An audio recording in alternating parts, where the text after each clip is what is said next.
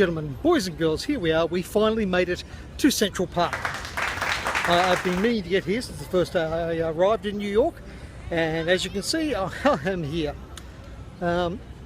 It's huge, absolutely gargantuan. If you're thinking about going for a little stroll, you would get lost. Behind me you can see the horse rides that I clearly can't afford. And down here, again behind me now, we have the amusement park. Now apparently the zoo is up that away somewhere.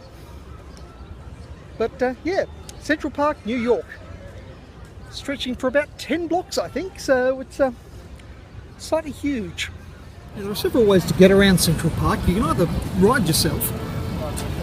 Alternatively, you've got these fine gentlemen here who take you for about $3 for a minute. I'm alright today. You alright? There's also the ubiquitous New York taxi cabs, which of course none are here now that I'm talking about them. And apparently for a $20 minimum and a $50 maximum, you can take one of these fine horse-drawn carriages. We see plopping along over here. The horses have to be the most sedate horses I've ever seen in my entire life. I mean, these guys just handle everything in their stride. Their four-legged stride, obviously.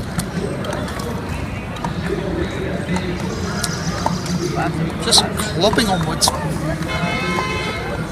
So, the beeping sound means there is a ubiquitous New York taxi. One of the many yellow beasts are in the city, so quickly, Spotto, I'm on two. Again here in Central Park, you can see they're playing the great American pastime of cricket for the attention of impaired. I think they call it baseball here, but yeah, if you haven't got the attention span for cricket, this is your game. Lots of American cricket going on here.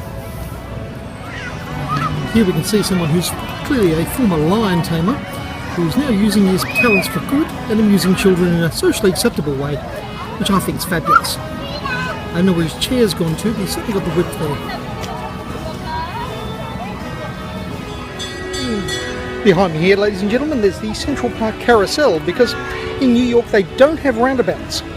So going round and round in circles and being stuck there is still fairly amusing, whereas Australians not so amused by that anymore. We have roundabouts. And Canberra. This area is called the Sheep Meadow. It's quite frankly a spectacular view. There is not a sheep in sight. Lots of strange activities going on. I mean, that's actually fairly impressive, all things considered. I'm suitably impressed. But yeah, not a sheep in sight. I'm assuming it's a historical use, but yeah, Central Park's sheep paddock. Lovely area. I'm going to kind of spoil the mood here for a second and be serious. If Times Square is the living, beating heart of this city, and it really is, it's sort of the centre of everything, this here is its lungs.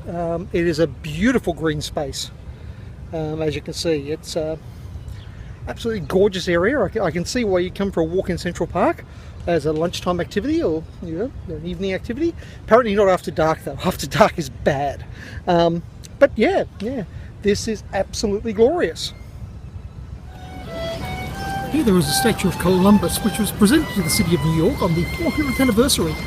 So it was 1492, that'd be 1892. So 400th anniversary of Columbus discovering the New World. Of course, he discovered it after the Vikings, after the Irish, and quite spectacularly after the Native Americans.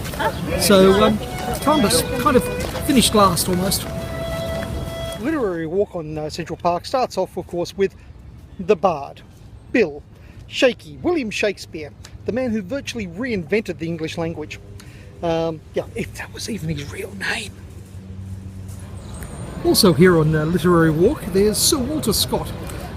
He's the man who virtually reinvented Scotland and certainly made it habitable for the English. He invented the modern kilt. He invented a lot of the stuff we now associate with Highland Scotland. So congratulations, Sir Walter Scott.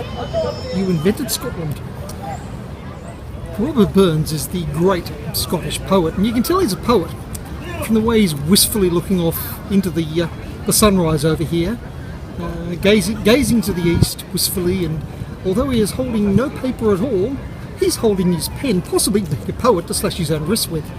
Being a poet, of course, he died young at the age of 37 of chronic heart disease. Yes, he's a poet. He died of a broken heart. It's tragic.